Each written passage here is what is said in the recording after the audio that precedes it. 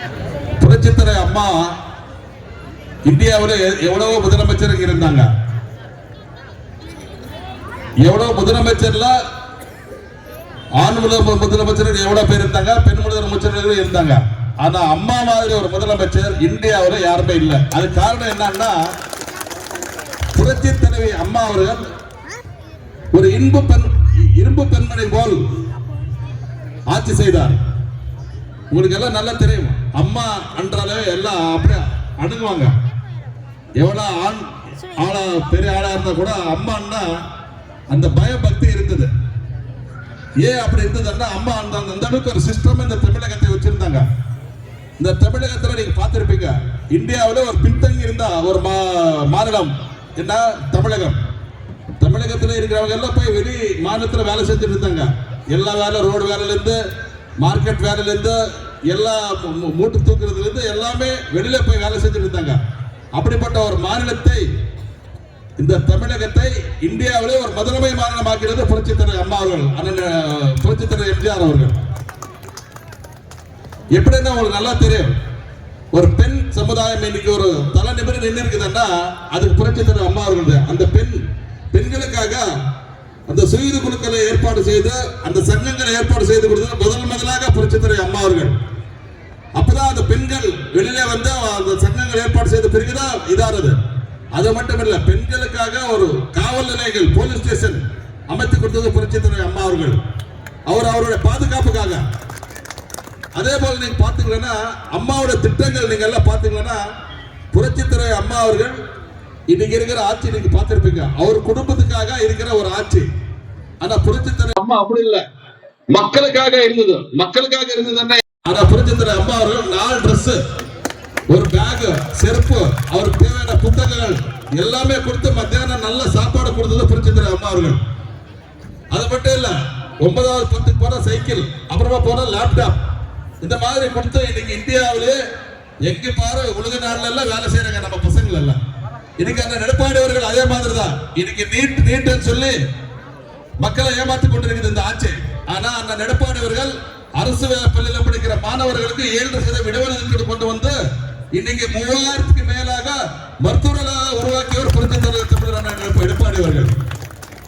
இது மட்டும் இல்ல, அண்ணன் அதே மாதிரி நம்ம பசங்க நம்ம இவரெல்லாம் சொன்னாங்க, ஒன்றிய சொன்னாங்க தாலிக்கு தங்கம் திட்டம். இது தங்கம் இருக்கிற நாட்டிலே இந்த மாதிரி திட்டம் இல்லை. அம்மா பாருங்க எப்படி என்று தாலிக்கு தங்கம் என்ற ஒரு திட்டத்தை கொண்டு வந்து என்னன்னா, அது நல்லா படிச்ச பெண்களுக்கு டிகிரி படிச்சிருந்தா 50,000 8 கிராம் தங்கம், SLC அப்படி படிச்சிருந்தா 25,000 8 கிராம் தங்கம். இதெல்லாம் ஊக்கப்படுத்துறதுக்காக, இதெல்லாம் அவங்கள மக்களை இது பண்றதுக்காக தான் அப்பா புரட்சித்தலைவர் அம்மா கொண்டு வந்தாங்க. அதே மாதிரி அப்பா ஊடகம், அப்பா அம்மா தண்ணி, இந்த மாதிரி நிறைய திட்டங்கள் புரட்சித்தலைவர் அம்மா சிமெண்ட், இந்த மாதிரி எல்லாம் கொண்டு வந்து கம்மி விலையில கொடுத்தாங்க புரட்சித்தலைவர் அம்மா அவர்கள். இன்னைக்கு இந்த அரசு 520 வாக்குறுதிகள் கொடுத்தது. நீங்க நல்லா யோசனை பண்ணணும். 2006ல கருணாநிதி வந்தாரு, 2 ஏக்கர் நிலம் கொடுக்குறாங்க, ஏமாத்தி வந்துட்டாங்க. அப்புறமா 10 மணி நேரம் கரண்ட் இல்ல, ஆட்சி போனது திரும்ப 10 வருஷம் அவங்கள வந்து யாரும் கவனிக்கல. அவங்க என்ன சொன்னாலும் கேட்கல, யாரும் ஓட்டு போடல அவங்களுக்கு. நல்லா பார்த்தாங்க, 10 வருஷம் கேப் ஆயிடுச்சு இல்லையா. 520 வாக்குறுதிகள் கொடுத்தாங்க. அதுல மைனா வந்து 1000 ரூபாய் ஒரு குடும்ப தலைவிக்கு எல்லாரும் கொடுக்குறேன்னு சொன்னாங்க. எல்லாம் ஓட்டு போட்டாங்க. அதே மாதிரி கல்வி கடன் ரத்து செய்யறாங்க. அந்த கல்வி கடன் யாரெல்லாம் செஞ்சுட்டு அவரும் ஓட்டு போட்டாங்க. விவசாய கடன் ரத்து செய்யறாங்க, அதுல ஓட்டு போட்டாங்க. கவர்மெண்ட் அபிஷியல்ஸ் அவங்களுக்கு பல ஓய்வு திட்டம் கொண்டு வர்றாங்க, அவங்களும் ஓட்டு போட்டாங்க.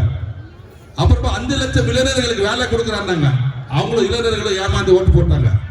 அதே மாதிரி 30 வருஷத்துக்கு மேல கல்யாணம் ஆகாத பெண்களுக்கு அரசு வேலை கொடுக்குறாங்க, அந்த பெண்களும் ஏமாந்து ஓட்டு போட்டாங்க.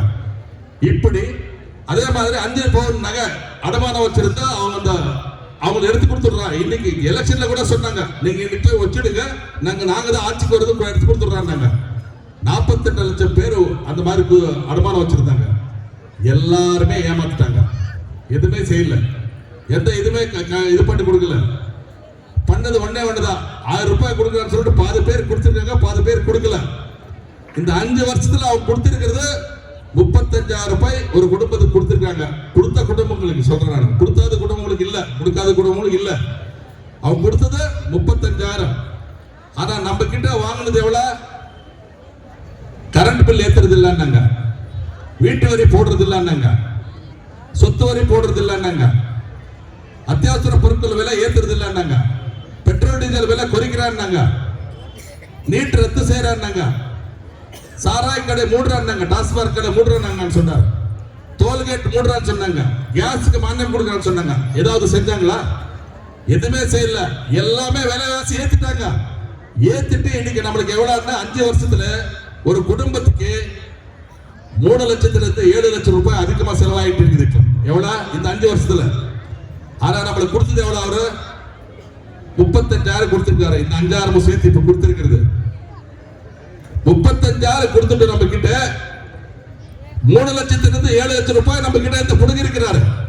அது மட்டும் இல்ல, 5 லட்சம் கோடி கடன் செய்து 2 லட்சம் ரூபாய் ஒரு ரேஷன் கார்டு இருக்கிற ஒரு தலைக்கு 2.5 லட்சம் ரூபாய் நம்மளுக்கு கடன் நம்ம தலைமையில இருக்குது. இப்போ இந்த 3 லட்சத்திலிருந்து 6 லட்சம் செலவு பண்ணது மட்டும் இல்லாம 2 லட்சம் கடன் நம்ம மேல இருக்குது இந்த 5 வருஷத்துல.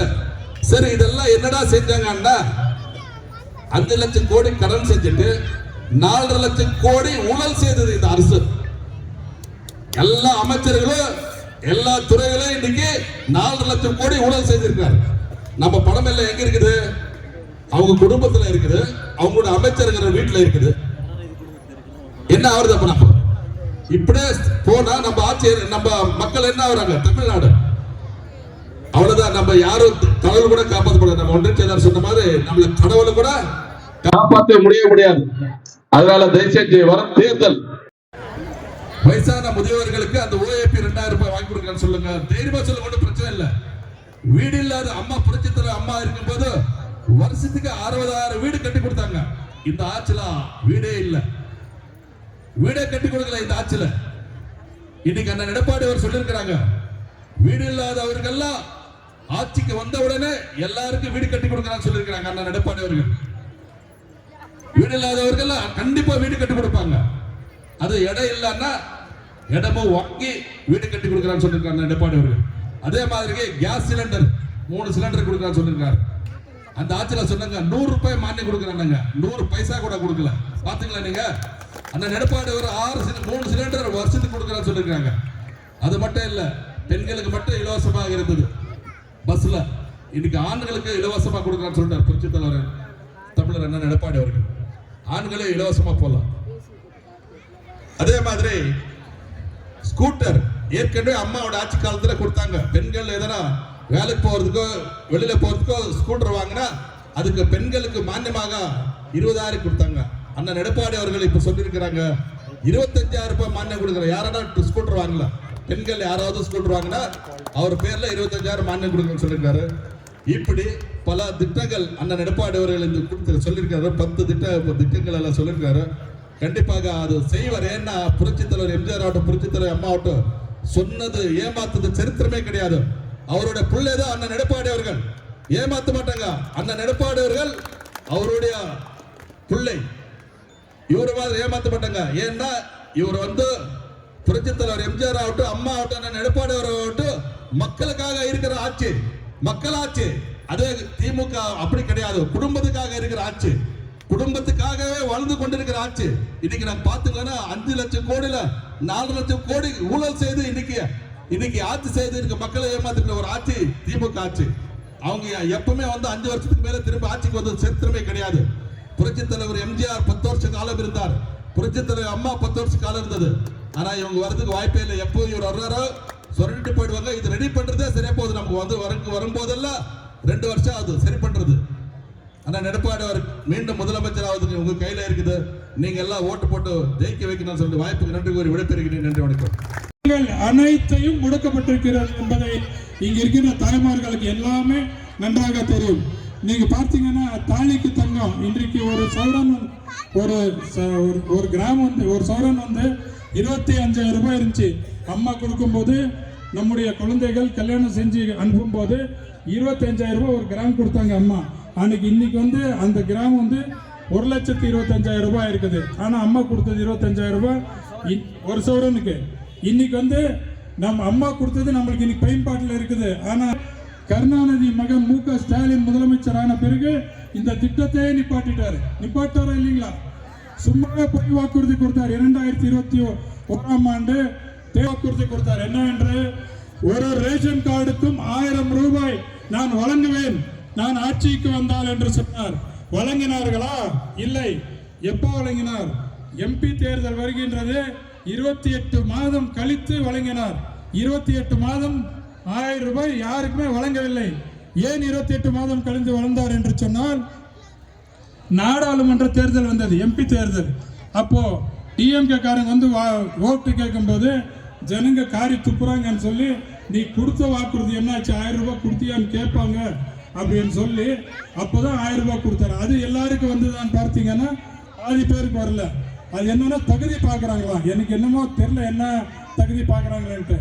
ஆனால் அண்ணன் எடப்பாடியார் அவர்கள் தமிழ்நாட்டின் முதலமைச்சராக பொறுப்பேற்றுக் கொண்டு கொரோனா காலத்திலே ஒரு ரேஷன் அட்டைக்கும் 2,500 ரூபாய் வழங்கிய தலைவன் நம்முடைய அண்ணன் எடப்பாடியார் அவர்களே என்பதை இந்த நேரத்தில் நான் சுட்டிக்காட்ட கடமைப்பட்டிருக்கின்றேன். அதே போலவே தாய்மார்கள் மீண்டும் திமுக ஆட்சி ஆள்கள் எல்லாம் வர நடைபெற இருக்கின்ற 26 சட்டமன்ற பொது தேர்தலில் இனி இருக்குது 30-40 நாள் இருக்குது, அவ்வளோதான். இப்போ வருவாங்க, நான் அது செய்கிறேன் இது செய்கிறேன்னு சொல்லி வீடாக வந்து திமுக காரங்க எடுத்துகிட்டு வராங்க. தயவு செய்து நம்பாதீங்க. இந்த 5 வருஷத்தில் செய்யாதவங்க அடுத்த 5 வருஷத்தில் என்ன செய்ய போகிறாங்க? இப்போ வந்து வாக்குறுதி எடுத்துகிட்டு வராங்க, நான் அது செய்கிறேன் இது செய்கிறேன்னு. இப்போ கூட 5,000 ரூபாய் போட்டிருக்கிறேன்னு சொல்கிறாங்க. அந்த 5,000 ரூபாய் வந்து இந்த மாதம் பிப்ரவரி, மார்ச், ஏப்ரல் 3 மாதத்துக்கான தொகையை தான் அவங்க வழங்கியிருக்கிறாங்க.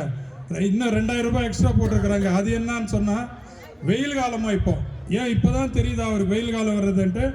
ஒரு வருஷத்துக்கு சம்மர் வந்து 6 மாதம் வருது, வெயில் காலம் 6 மாதம் வருது. 5 வருஷத்தில் 5 வாட்டி வருது வெயில் காலம். ஏன் இப்போ ஸ்டாலினுக்கு இப்போ தான் தெரியுதா வெயில் காலம் வந்திருக்கு? அதை எடுத்துகிட்டு போய் அது 2,000 எடுத்துகிட்டு போய் நம்ம என்ன பண்ணுறது வெயில் காலத்தில்? இப்போ தான் கொடுத்துருக்காரு. அந்த 2,000 கொடுத்துருக்கிறது தேர்தலுக்காக மட்டும்தான் தவிர அவர்கள் எந்த ஒரு மக்கள் பயனுக்கும் கொடுக்கவில்லை. அதே மாதிரி நாம் வாக்கு தயவு செஞ்சு சொல்றேன், இன்னொரு முறை திராவிட முன்னேற்ற கழகம் ஆட்சிக்கு வந்தால் நம்மளை காப்பாற்ற அந்த ஆண்டவனாலேயே முடியாது. தயவு செஞ்சு வச்சுக்கோங்க, மனசுல வச்சுக்கோங்க. அந்த ஓட்டு செல்லும் போது நம்முடைய புரட்சி தலைவி 5 வருட கால ஆட்சியிலே மக்கள் அவதிப்பட்டு கொண்டிருக்கின்றார் என்பதை மனதில் கொண்டு அண்ணன் எடப்பாடியார் அவர்கள் ஆட்சிக்கு வந்த உடனே முதல் கையெழுத்தாக ஒரு ரேஷன் கார்டுக்கு 10,000 ரூபாய் முதல் மாதத்திலே வழங்குவேன் என்று அண்ணன் எடப்பாடியார் அவர்கள் சொல்லியிருக்கின்றார். அவர்கள் சொன்னார், அம்மா சொன்ன மாதிரி சொன்னதை செய்யும் ஒரே ஒரு தலைவர் தற்போது யார் என்று சொன்னால் அண்ணன் எடப்பாடியார் அவர்கள் மட்டும்தான் என்பதை இந்த நேரத்தில் தெரிவித்துக் கொண்டு நான் கடமை